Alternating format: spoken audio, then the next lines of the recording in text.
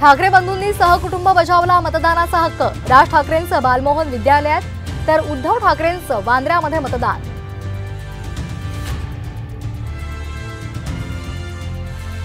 लोकसभेच्या शेवटच्या टप्प्यातल्या मतदानासाठी केंद्रावर रांगा। उमेदवारांसह दिग्गज नेत्यांनी बजावला मतदानाचा हक्क। लोकशाहीच्या उत्सवात कलाकारही सहभागी। अक्षय कुमार, परेश रावल यांच्यासह अनेक कलाकार मंडळींनी केलं मतदान।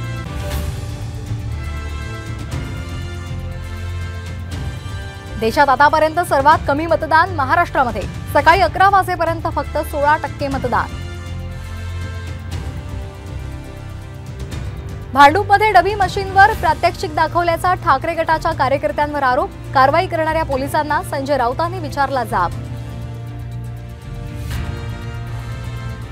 उद्धव ठाकरे यांनी कधीही मदत केली नाही। आतापर्यंतच्या निवडणुका एकटाच लढलो। रवींद्र वायकर यांनी केलं ठाकरेंना लक्ष्य।